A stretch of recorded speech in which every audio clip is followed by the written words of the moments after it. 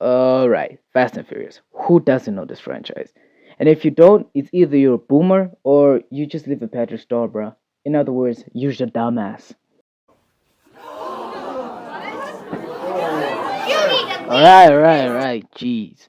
For those who actually don't know Fast and Furious on a serious note, and yeah, can I joke? Seriously, can I throw just a bone at you guys? Anyway, it's basically a franchise that revolves around action, car stunts, and of course, I don't have friends. I got family. franchise has produced blockbuster after blockbuster from kids stealing DVDs all because it's 2001 and trying to raise money to full-grown adult superheroes but with cars. The latest being Fast X, which was released in 2023 about this year, and I'm probably going to be late on December, and the predecessor being Discrep I'm about to review right now and hoping that maybe it'll be good. Who knows? So why don't you just sit back and just let me cook? Let me cook. It's been a long time since I did a review, so I think it's about time since I do it. Anyway, so the first thing we're gonna discuss that makes this whole movie dumpster fire is the story. Now, I'll be honest with you, they went cooking with the story. I mean, the story was really out of nowhere, although it does have some continuity. The story, spoiler alert, follows Mr. Fireman settling down with his Letty and his son Brian in a peaceful, isolated place until a car comes out of nowhere, which seems unusual, but still usual when you kind of think about Fast and Furious. Turns out to be their crew, and I honestly thought they were gonna have another barbecue, seeing that how many times they have a barbecue. But actually, they kind of didn't. They brought information about Mr. Nobody's plane crashing down and some kind of having some important thing that is on that has been stolen, and somehow, and I mean somehow, this is linked to sci-fi. Sci-fi, hi-fi, I don't even care anymore. But anyway, that's about it. And I know what you're asking. J-Dog, isn't there more? Well, that's actually about it. To actually summarize the plot in this one, it's basically Dom and his team coming together to stop a super weapon, including John. Oh, I mean his brother Jacob, and this guy. Well, at least they gave us Cypher again, which I'm not gonna say it's better. But anyway, whatever. That's seriously, yeah, that's it. Now, another thing I want to talk about that made this movie kind of like dumpster fire is the stunts. Now, the stunts, in my opinion, in this movie are kind of good, and I mean kind of good, because what turned me off is how unrealistic they are, and that is stupid coming from me, who's talking about a franchise that is basically about unrealistic stunts. But the first one up until the eighth one, I'm not gonna show this in the video. They kind of felt realistic, and I'll be honest with you, you probably noticed it. They were kind of realistic, but this one cranks it up to 11 in the worst of ways. I mean, just look at this for God's sakes.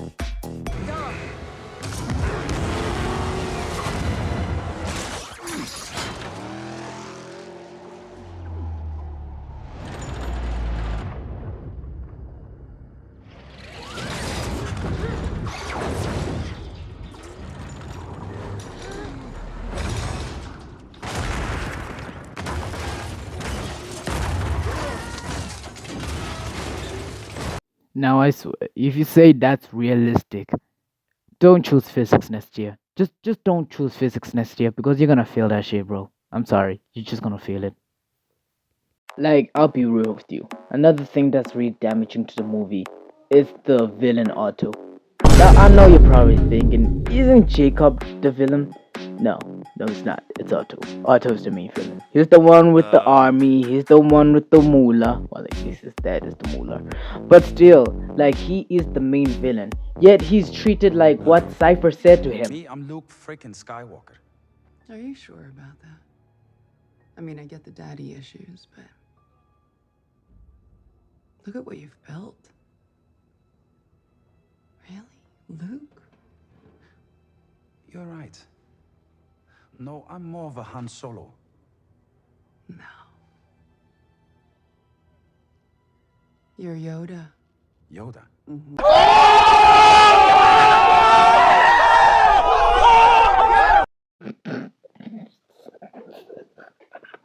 You You see what I'm saying? It's the weakest, bro. Like, oh man, they did him dirty, bro. Like for real, bro. Like for real. Like for real. If one of the main antagonists says that to another antagonist, that's really damaging. And to be honest, bro, the fact that throughout this movie is mind blowing that he didn't even fight with Dominic Toretto. It was all Jacob versus Dominic Toretto. I mean, the guy was just kind of sitting there driving his Jaguar. Cypher was with the mission controls, the weapons and stuff, and Jacob was busy face to face with, Dominic Toretto. The guy just was sitting back, laid back. Heck, I wouldn't even blame him. He was flirting with Cypher. But for real, man, his death is unsatisfying. And for God's sakes, why? Like, this is the thing I was talking about. They actually let Tej and Roman go to space. They actually broke a meme. Like, that meme was fucking amazing. Was fucking fun, to be honest. But, they kind of broke it. The execution was really bad. But anyway, whatever. Like, I'll be real for y'all. The only redeeming factor I think about, this movie is the way they brought back Han. The story was a little bit fleshed out. I mean, it kind of made sense. But, I feel like they shouldn't have, put him in the trailer and say justice is for Han, if you watch the trailer. But, I think another reason is to get more eyeballs on the product because, Han was a really beloved character and it was really unfair for his killer to kind of join the family. It really didn't make sense. So I guess that's the only redeeming factor that I can actually find in this movie. Like, I'll be honest with you. Overall, the Fast and Furious movies started to show its crack with this movie, or particularly with Hobbs and Shaw, which, F9 with its overall ridiculousness kind of affected its sequel Fast X, but that's a video for another day. Look, I love Fast and Furious with their crazy heist moments and movies, but this one went overboard, and I really hope they fix this with Fast X. But hey, by actually seeing the trailer, I really think they fixed it. But still, I'm still not sure about that. It's still speculation. Due to the sheer badness of this movie, I'm not surprised that they made $756.2 million US, and it's much less than Fast 8's $1.2 billion. But on a 200 to 225 million US budget, and if you work out the maths with your calculator, it's kind of a big profit. Like, it's not bad. Seriously, it's not bad. And I mean, like, they missed an opportunity with, like, Dwayne Johnson. And I know he didn't want to go in because of the beef between him and Vin Diesel, but still, come on, they should have brought him in. Because you know why? This. Yeah, now you get my point.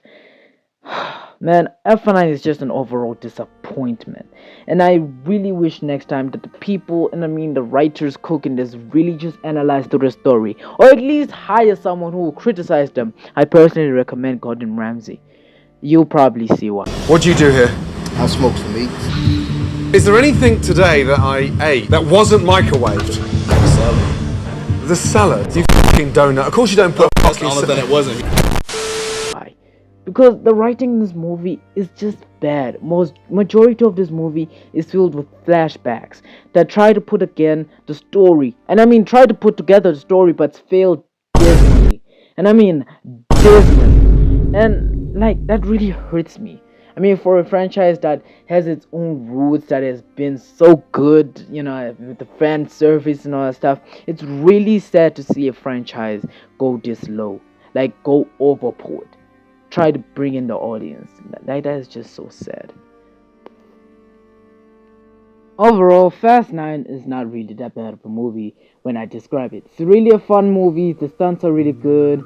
Bringing back Han, it's not like Han is the only redeeming factor. I mean, the stunts, everything, they're good, but the story is where they kind of didn't satisfy me. They didn't give me proper food. They kind of gave me pork on a masi, but with sugar. And I mean, who does that? But anyway, really, to be honest, great movie. I'm not gonna kiss his ass because really, it is a bad movie, but if you switch up your brain and you kind of enjoy the movie and you kind of enjoy the ride, it's really a good movie. It's a really good movie. Go check it out. But if you like the video, please like. For God's sakes, I should really stop saying that. Like, subscribe, hit that big, and I mean a big red juicy button, and we shall see where we go. And seriously, like I said previously on the video, this is the last video I'm actually gonna do for part of the month. Maybe you might see me in December, maybe not. I seriously don't know. But yeah, yeah, that's about it. Get out of here. Go read a book. Seriously, go read a book, kid.